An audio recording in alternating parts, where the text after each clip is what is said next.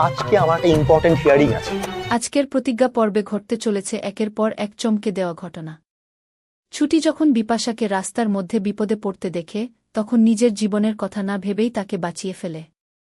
কিন্তু আশেপাশের মানুষ বিপাশাকে সাহায্য করার বদলে তাকে হোমে পাঠিয়ে দেওয়ার কথা বলতে থাকে। তখন ছুটি স্পষ্ট জানিয়ে দেয়া একজন অসহায় মানুষকে সে বাঁচিয়েছে আর তার জন্য কাউকে অপমান করতে দেবে না। ঠিক সেই সময় সেখানে হাজির হয় অবি।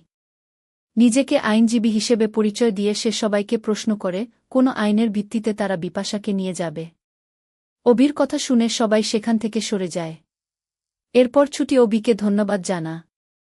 কিন্তু ছুটির কথায় উঠে আসে আরও বড় রহস্য। বিপাশা আন্টির কথা মনে পড়লেই তার ভেতরে অদ্ভুত এক টান অনুভূত হয়।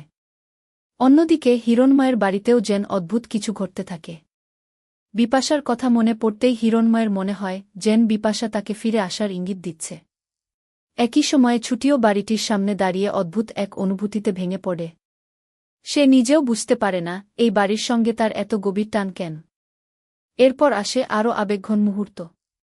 হিরণময়ের জন্মদিনে সবাই যখন কেক কাটার প্রস্তুতি নিচ্ছে ঠিক তখনই অবি ও ছুটি সেখানে পৌঁছে যায়। ছুটিকে দেখে পরিবারের পরিবেশ বদলে যায়। কিন্তু ঝুমকি তাদের দূরে সরিয়ে দিতে চাইলেও বারবার পরিস্থিতি উল্টো হয়ে যায়। এমনকি ছুটি ও অবি একসঙ্গে আটকে গিয়ে আরও কাছাকাছি চলে আসে। এরপর বিপাশার জন্য বিশেষ পূজার সিদ্ধান্ত নেওয়া হয়।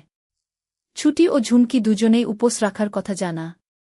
কিন্তু ঝুমকি ছুটিকে অপমান করে বলে সে তো নিজের পরিচয় জানে না। তখন অবি আর চুপ থাকতে পারে না।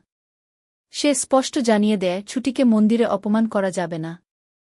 আর এখানেই আসছে আজকের সবচেয়ে বড় চমক। বিপাশা ধীরে ধীরে সেই মন্দিরের দিকেই এগিয়ে আসছে। অন্যদিকে ছুটি যখন বিপাশার জন্য পূজা দিতে যায় ঝুমকি তাকে বাধা দেওয়ার চেষ্টা করে।